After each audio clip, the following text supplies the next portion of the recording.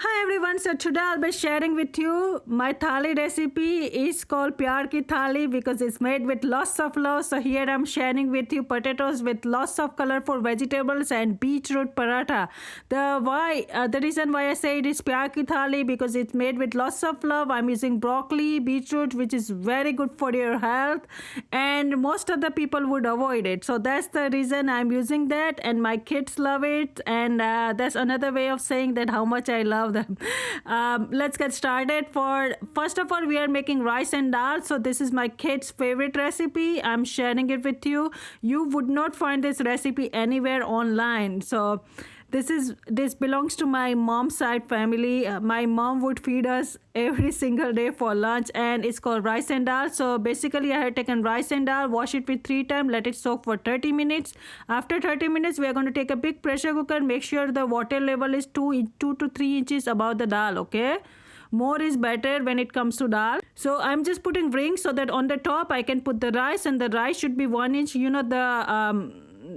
The cut that we get in our finger, the lines, it should be, the water level should be right by that line, and 3/4 teaspoon salt, basically 1 inch above the rice. Okay, not more than that, otherwise they're going to be very sticky.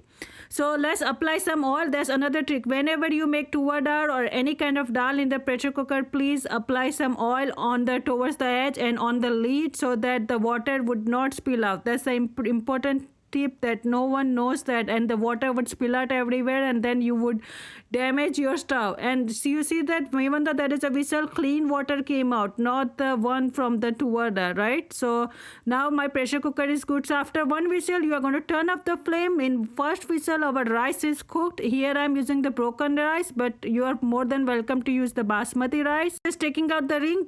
Now in tuvarda, we are just going to add turmeric, salt, and astafatida. And we'll add some water because our tuvar dal, we need it completely cooked, right? We cannot have raw dal, okay? So add some water, and we are going to do one more whistle. In one more whistle, our dal should be cooked. And the thing about this dal is, if you have any extra, you can definitely keep it in the freezer. That's what I do. If I cannot finish the dal, I just keep it in the freezer and use it whenever I need it. Now let's make colorful potato curry. So I have boiled potato in the same pot. I am going to boil broccoli because it's frozen. So I took out broccoli in 1 minute, and I let the potatoes boil until they are done. Broccoli I took out after 1 minute, so it's still crunchy. Don't worry about it. Here I'm taking ginger, chili, and some colorful peppers with some beetroot. So you can add as much beetroot as you want, and some cilantro. That's it. And we'll need some spices. I'll tell you later. Let's get some cast iron. Here I'm using ghee, but you are more than welcome to take oil. Whenever you use cast iron, I'll tell it in my each and every video, please spread the oil or ghee everywhere so that your curry would not stick. And make sure your oil is hot. Here I'm adding panchpuran, but I would not suggest that. It didn't taste that well. Instead add mustard seed and cumin seed, okay? And add some turmeric, few curry leaves, and astafatida. Whenever you add curry leaves, please close the lid, otherwise it's going to splatter everywhere, and I don't want you to get hurt. So add some ginger, chili, and cook it for 30 seconds. And then we'll add our potatoes. So now this curry is not going to take that long, okay? This is cilantro I have added, and our potatoes are cooked. So this curry is ready in 3 to 4 minutes. So here I am adding some coriander, cumin powder, pav bhaji masala, and salt. And now stir it really well. Once you stir them, cook it for 1 minute only, and then we'll add our rest of the vegetable. Now over here you can be creative with vegetables, so how much more vegetable you want to add. So here I'm taking carrot, peppers, and beetroot. I don't want to overcook them because I heard that if you overcook them, you are going to ruin the nutrients and values. So that's why I'm not going to overcook them, but still it was delicious. So I have added some amchur powder and some black salt and some cilantro. Now it's ready. This curry was so delicious, and no one has ever shared this recipe online or YouTube. So make sure you try this recipe. It was extremely delicious. Now we are going to make beetroot paratha. For that I have taken chapati flour, some beetroot, turmeric, salt, ajwain, and some oil.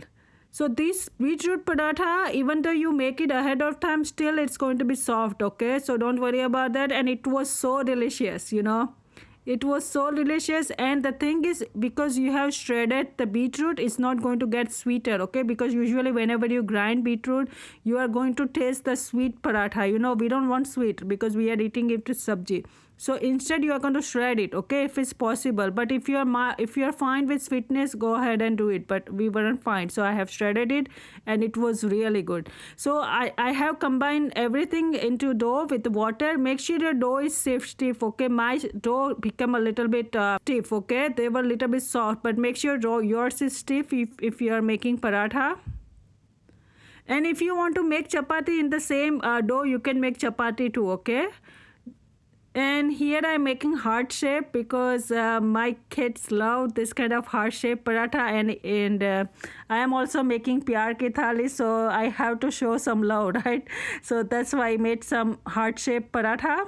So only thing you have to do is cook parathas on both sides using some oil. So apply a little bit of oil on each and every side and keep flipping them every 1 to 2 minutes. Once you see the brown spot, that means they are done, okay? I about to see the brown spot, then that means they should be done soon. You see this, the brown spot is there, that means it's going to be done soon. Make sure to keep flipping them. I have like it should take like 4 minutes, okay? 4 to 5 minutes to cook this many parathas. And this is perfect for your kids lunchbox too. You know, they are going to get very happy. It was so delicious, this paratha, I cannot tell you. So let's just cook them on the both side until they are done. And now they are done because I have turned off the flame. You see this, it's browning. And the same way you can make the circle paratha too. As I said that these parathas were delicious the next day, and they were soft too, and this can go really well with tea, okay? With tea, it goes really well.